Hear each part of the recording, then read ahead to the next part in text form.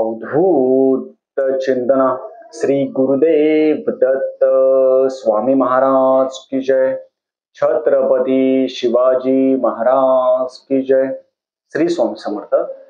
आज मी आपल्याला गुरुचरित्र पारायण गुरुपौर्णिमेनिमित्त कधी सुरू करावं, गुरुचरित्र पारायणाचे फक्त हे 2 नियम आपण जर पाळले तर आपल्याला सगळं गुरुचरित्र पारायण आपण करू शकतो। 2च नियम पाळावे, बाकी जास्त विचार करायचा नाही। गुरुचरित्र पारायण गुरुपौर्णिमेनिमित्त कधी सुरू करावं ह्या व्हिडिओमध्ये मी आपल्याला माहिती सांगणार आहे। चॅनलवर पहिल्यांदा आला असेल तर अवश्य सबस्क्राईब करा, म्हणजे येणारे नवीन व्हिडिओ श्री स्वामी समर्थ महाराजांचे गुरुचरित्राचे आणि नवनाथ पारायणाबद्दल माहिती भेटेल। मन आस्था पवित्र सदाकाळ वाचावे श्री गुरुचरित्र। मन आस्था पवित्र सदाकाळ वाचावे श्री गुरुचरित्र। त्या युक्तीप्रमाणे आपण कधीही गुरुचरित्र पारायण करू शकतो, फक्त अमावस्या सोडून। मग आता गुरुचरित्र पारायण करायचंय आपल्याला, कधीपासून करू शकता तुम्ही? 2 तारखेपासून पण करू शकता, 3 तारखेपासून पण करू शकता, 4 तारखेपासून पण करू शकता। गुरुचरित्र पारायणाचं उद्यापन आहे ते 7व्या दिवशी करायचं आहे, लक्षात ठेवा। जेव्हा आपण दत्त जयंती करत असतो, दत्त जन्मोत्सव करत असतो, तेव्हा गुरुचरित्र पारायणाचं उद्यापन हे 8व्या दिवशी असतं। पण एरवी कधीही आपण गुरुचरित्र वाचलं तर 7व्या दिवशीच उद्यापन करावं। तुम्ही 2 तारखेपासून म्हणजे उद्यापासून जर गुरुचरित्र पारायण सुरुवात केली, उद्यापासून जरी तुम्हाला गुरुचरित्र पारायण करायचं असेल त्याचं उद्यापन 7व्या दिवशी करावं। तुम्ही 2 तारखेपासून जरी केलं तरी पण 7व्या दिवशी उद्यापन करावं। 3 तारखेपासून जरी केलं तरी 7व्या दिवशी करा, आणि 4 तारखेपासून जरी केलं तर गुरुपौर्णिमेच्या दिवशी तुमचं उद्यापन होईल। म्हणजे 4 दिवस तुमच्याकडे आहे, आजपासून पण करू शकता। 1 तारीख, 2 तारीख, 3 तारीख, 4 तारीख या 4 दिवसांमध्ये तुम्ही कधीही गुरुचरित्र पारायणाला बसू शकता। गुरुचरित्र पारायण 3 दिवसाचं करायचं का 1 दिवसाचं करायचं? 1 दिवसाचं 3 दिवसाचं गुरुचरित्र पारायण हे कधीही तुम्ही गाणगापूरमध्ये करावं, घरी करू नये। घरी इतक्या वेळ तुमचं मनच लागणार नाही, म्हणून 1 दिवसाचं 3 दिवसाचं गुरुचरित्र पारायण हे तुम्ही गाणगापूर इथंच करावं, संगमाच्या तिथं। घरी करू नये, तुमचं मन लागणार नाही, इतक्या वेळ कोणी बसू शकत नाही। गुरुचरित्र पारायण कोणतं वाचायचं? महिलांनी गुरुचरित्र पारायण करायचं असेल तुम्हाला तर तुम्ही दिंडोरीपणीचं गुरुचरित्र वाचावं, मोठं गुरुचरित्र वाचू नये। साधी सोपी पूजा मांडणी करायची। पूजा मांडणी करताना, गुरुचरित्र पारायण करत असताना साधी सोपी पूजा मांडणी करायची, जास्त बहु करायचं नाही। आम्ही आहोत स्वामी भक्त, मिरू नये लोकात, म्हणून आपण गुरुचरित्र पारायण करतोय, जास्त कोणाला सांगायचं नाही। मनातली भीती पहिले दूर करा। पूजा मांडणी करताना साधी सोपी पूजा मांडणी करायची। देवघराच्या समोर वाचावं, देवघरासमोर जागा नसेल कुठेही चांगल्या ठिकाणी गोमूत्र टाका। गुरुचरित्र वाचण्याच्या अगोदर 4 श्वान असेल, गायी असेल त्यांना पोळी द्या, चपाती द्या आणि गुरुचरित्र वाचायला सुरुवात करावी। सकाळी गुरुचरित्र वाचायचं, सकाळी 5 वाजता 4 वाजता उठून तुम्ही गुरुचरित्र वाचावं। त्या काळामध्ये ब्रह्ममुहूर्त असतो, त्या काळामध्ये शांतपणे आपण गुरुचरित्र वाचू शकतो। सकाळी 4 वाजता, सकाळी 5 वाजता। दुपारी 12 ते 12:30 वेळेत गुरुचरित्र वाचू नये।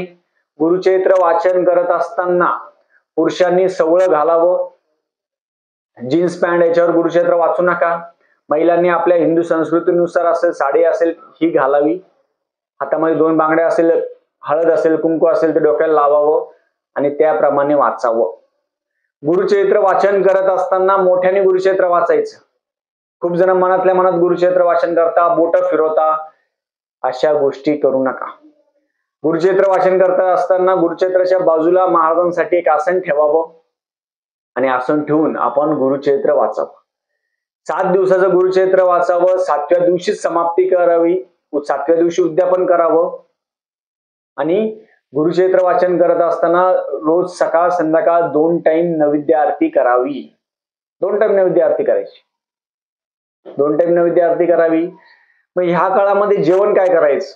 खूप जणांना वाटतं जास्त सगळ्या पालेभाज्या चालतात। खूप जण असे आहे की एक धान्य खात, एकच खात, तसं नाहीये। सगळ्या पालेभाज्या तुम्ही खाऊ शकता।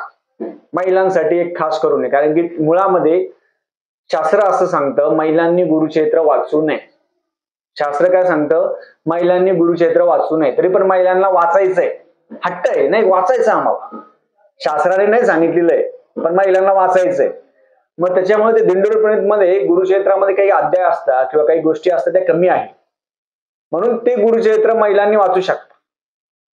आणि मग खाण्यापिण्याचे नियम आहे. खाण्यापिण्याच्या नियमामध्ये कसं असतं, सगळ्यात मुळामध्ये जर नियमानुसार जर तुम्ही बघितलं, ज्यांनी आयुष्यात कधीच नॉनव्हेज खाल्लं नसेल त्यांनी गुरुचरित्र वाचायला पाहिजे. आता आजकाल असे खूप जण आहेत, म्हणून आपण कसा आहार विहार करतो ते बघायला पाहिजे. खूप जण असे नॉनव्हेज खातात आणि काही दिवसानंतर परत गुरुचरित्र वाचतात.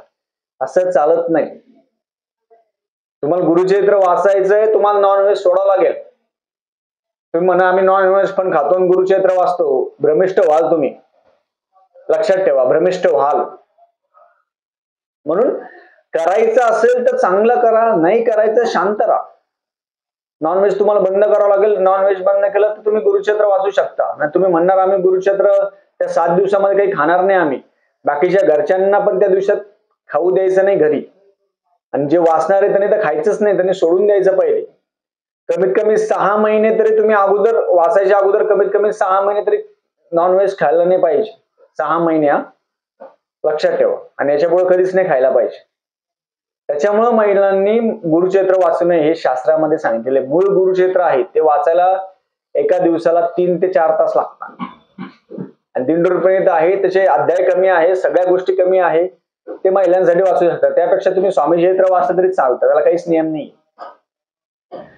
त्या पद्धतीने आपण तुमच्या बुद्धीनुसार, तुमच्या याच्यानुसार तुम्हाला निर्णय घ्यायचा की तुम्हाला गुरुचरित्र वाचायचे, स्वामी चरित्र वाचायचे. स्वामी चरित्राला कोणतेही नियम नाही. सवय घालून वाचावं. गाऊनवर ड्रेसवर गुरुचरित्र वाचू नका, महिलांसाठी खास करून. पुरुषांसाठी पण त्यांनी ड्रेसवर जीन्सच्या पॅन्टवर गुरुचरित्र वाचू नका. 2 टाइम नैवेद्य दाखवायचा, सकाळ संध्याकाळ.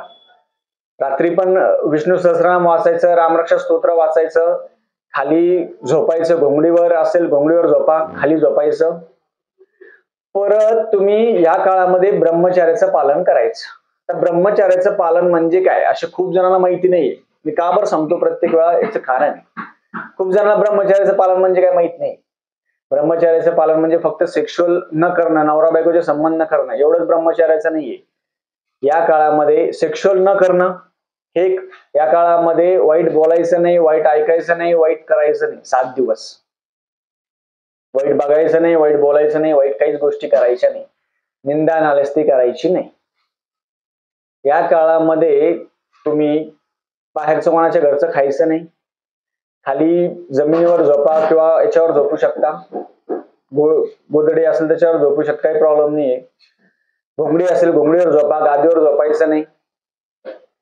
परत सकाळीच उठून गुरुचरित्र वाचावं, संध्याकाळच्या वेळेस गुरुचरित्र वाचू नये. खूप जण म्हणतात संध्याकाळी गुरुचरित्र वाचायचं का, नाही चालत.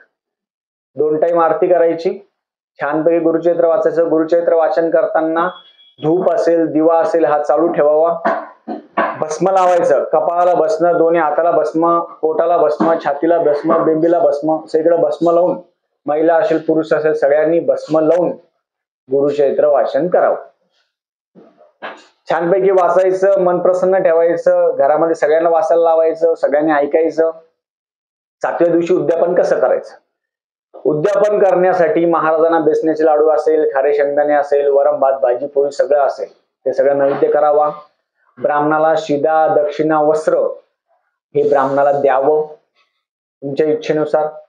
आपल्या जवळपास कोणी ब्राह्मण असेल त्यांना शिदा दक्षिणा वस्त्र द्यावं. कोणी नाही भेटलं, मी माझा नंबर देईल, त्या नंबरवर तुम्ही ऑनलाईन संकल्प करून दक्षिणा पाठवू शकता.